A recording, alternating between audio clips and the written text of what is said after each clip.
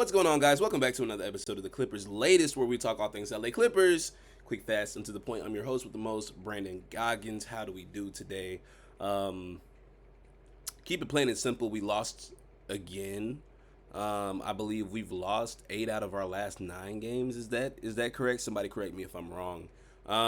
So this will be quick, fast, and to the point because it gets to the point where it's the same old story. Why waste breath talking about the same thing?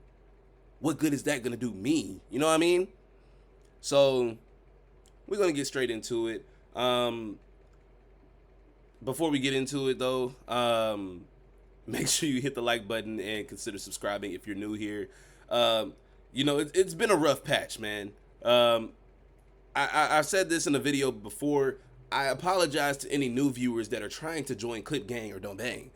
You know, I usually have a lot better energy and, I'm a lot more positive. I have a more optimistic outlook on this life that we live. But man, these dudes just make it really hard to do that. I'm losing my joy. Nah, I'm playing. I'm not John Moran out here, but I mean, it's not enjoyable to watch, you know? Um, Especially when you have a game like this where you think that you have the game under control, but you can never have that feeling of security because you know your team so well that there's always a possibility that the lead can be blown, and that's exactly what happens. So instead of cheering and triumph because you were proved wrong, you sit there and sulk because you were right. You know, it's just unfortunate. I love being right, but I hate being right when it's about something negative. Whenever it's a negative outcome, I don't like being right. But here we are. The Los Angeles Clippers never fail to let me down. So now we're going to get straight into it, talking about everything that went on in this game, quarter by quarter, as we usually do. And, of course, leave your thoughts in the comments as we go. But first, starting with the first quarter, obviously, we started James Harden, Chris Dunn, John Collins, Zubats, and the rookie Kobe Sanders getting his first start. And I was like, all right, Ty Lue, I see you switching it up. Is it because you literally have to? Maybe.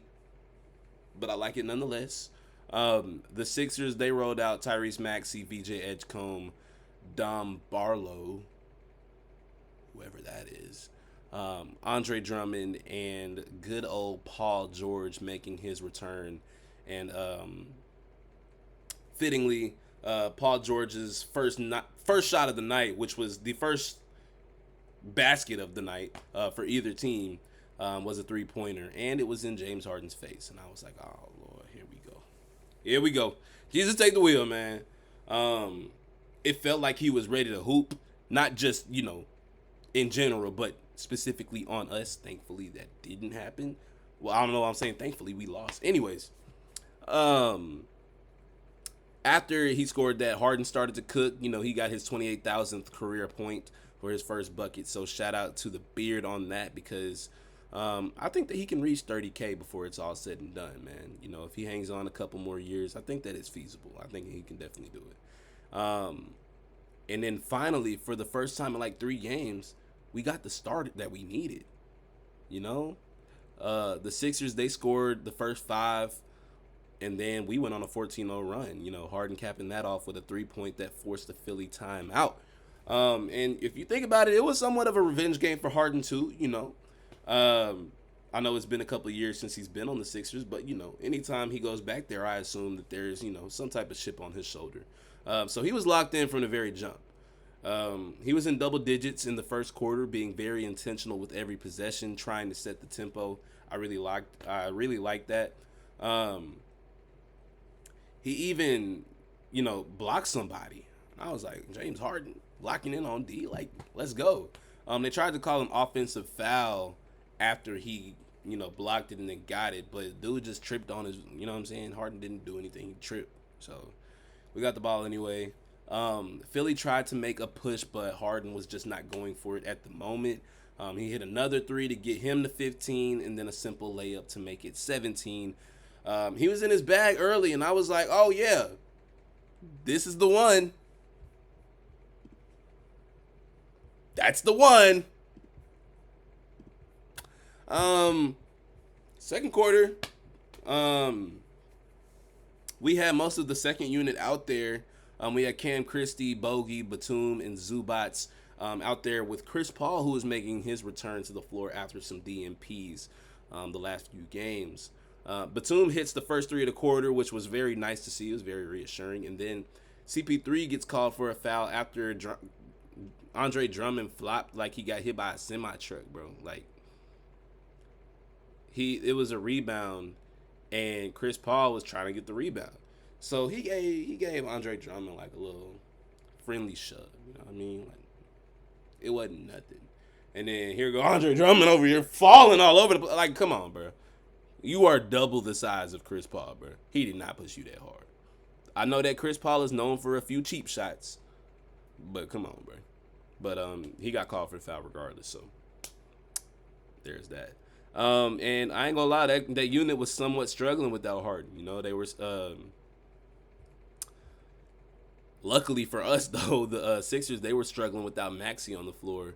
It felt like nobody could buy a bucket. 6 minutes into the second quarter, both teams only had 7 points apiece. I'm like, okay, like what are we? Actually, I'm saying 6 minutes into the quarter. I feel like it was longer than that. Double check me if I'm wrong, but it was a long time before we started scoring for real. Then eventually Harden checked back in. A rare moment for him where he comes back in and sees that we still have a lead. But then, of course, that lead started disappearing very quickly. And then Chris Dunn, man, tried to swing the momentum here. Allow me to reintroduce myself, said Chris Dunn. He was taking it baseline, and I swear I thought he was about to take it baseline, kick it to the corner out for the three or something. My boy went up and yammed on Andre Drummond. He was like, Chris Paul, that's for you. You know what I mean? I was like, wow. KD out here catching bodies like that. I knew that he could dunk, obviously, but I didn't know it was just very unexpected. Chris Dunn is what, 6'3", 6'4"? Andre Drummond, you wouldn't expect that. But, sometimes you got to make yourself known, man. Just tell him you here. And I feel like that play woke everybody up because, Batum hit a three for the first half of our 2-for-1. We pushed the ball. We forced a miss on the Sixers end. And then Dunn swung it to Brook Lopez. Hold on, my phone ain't charged. He swung it to Brick. See, I'm out of sorts. He swung it to Brook Lopez in the corner who pump faked and then splashed a three right before the buzzer, man. And just like that, we entered halftime up 10 points. When was the last time I said that? The first half vibes were good for the most part, man. And honestly, the second half vibes weren't terrible, but things happen. The third quarter started with Kobe Sanders cashing in a three, and then John Collins, he got an offensive board and he finished the and one, hit the free throw to match our largest lead of the night at 13 at that point. But of course, Philly kept on chipping on away. Batum tried to keep us afloat with another huge three to extend it back to double figures, but then here comes the slide, as usual. They kept cutting it, scoring, getting momentum, and we could feel it building. I was getting worried at this point. I'm not gonna lie. We get another 2-for-1 opportunity towards the end of the third, and Kobe Sanders, he pulls from. I don't know why I just struggled with that. But he pulled it from deep. And I mean deep. Like he been here before. Hey man. 4-year college rookies, they always come in with a little more IQ, and he's showing it, man. He knew that he needed to get that up for the 2-for-1. And that's exactly, what he did. He got it before the shot clock hit 24, so that forced the Sixers to come back, similar to before halftime. I mean, obviously they scored this time. But then we got the ball back to Harden, and he got the and one with 1 second left to beat the buzzer, and he, of course, made the free throw. But even after all that, shout out to Cat, that our control was kind of slipping away. Like, they had gotten some key buckets in that third quarter that made you kind of second guess, are we good? Are we good? And then that feeling got reinforced when fourth quarter starts and Harden is still on the bench. And what do you know? Maxey hits a three almost immediately in the fourth quarter. Bogey responded with an and one corner three. Oh wait, no, an and one and a corner three. We were looking decent. We were moving the ball, we were being aggressive, but Maxey was just in a different mode, bro. He was in his bag, hitting tough shots, and Philly cut the lead all the way down to three. So of course, James Harden got to put on his cape or his beard, and he had to come back and save the day. But we just really could not hit anything. We couldn't buy a bucket, and that came at the worst time. Philly came back and decided to take their first lead since the first quarter. Since when I told y'all that Paul George scored those first 5 points, that was their last lead before this point. So we got it down to one after a Zoo tip in, but then Quentin Grimes goes and hits a huge three to extend it again. Collins responded with an and one, and then Maxey comes down and hits with another three. Like, he just, bro, I'm like, we just can't have nothing. We can't have nothing, bro. Kobe Sanders, he had a good putback opportunity where he got fouled, but it was waved off because they said that Ivica Zubac pushed Andre Drummond into Kobe Sanders. So that led to 2 Drummond free throws on the other end, and that put us down 4. We fought back. It was a lot of back and forth. We cut it down to 2 off of Kobe, 2 Kobe free throws. Then we had a perfect defensive possession. Batum got a poke away. Chris Dunn got the steal. They called it a foul. I was like, hey man, ain't no way that's a foul, man.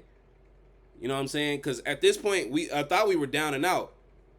Not necessarily, but I thought we were going to have to foul. But they got a clean steal, and then they called it a foul. I'm like, no.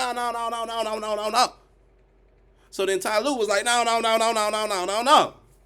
And he challenged it, and he got the call overturned. It was perfect. It was a perfect opportunity, man. 11 seconds, down 2, ball in Harden's hands.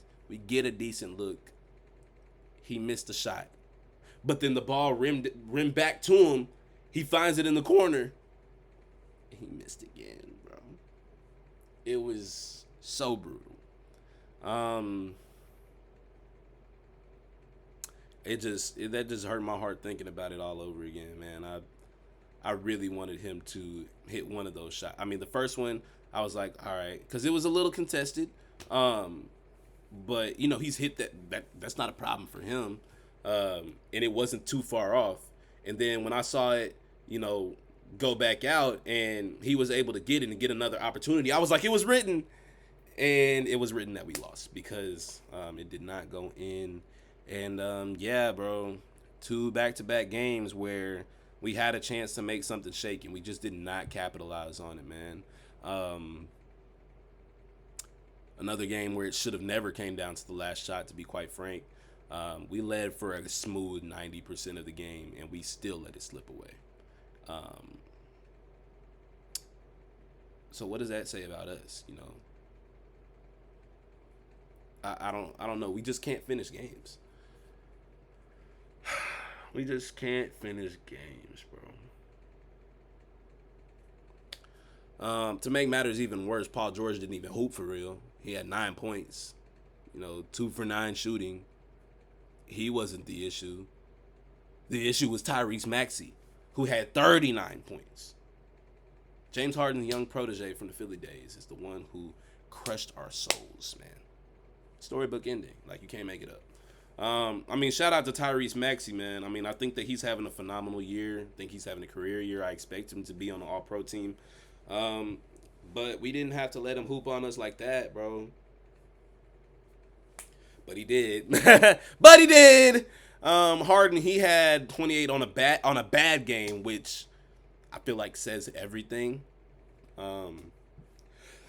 Excuse me. Zubac was steady, per usual. But if we had a bright spot to, highlight here, obviously it would be Kobe Sanders, 17 points in 30 minutes. I've been saying that he's ready.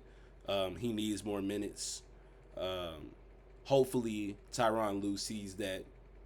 I mean, hopefully he's been seeing that and he's developing more trust. Hopefully, Kobe Sanders is proving himself to be effective in practice, and hopefully we see some more Kobe minutes down the stretch. I mean, we have to. We're down a few guys, so he's gonna have to hold it down until further notice. You know.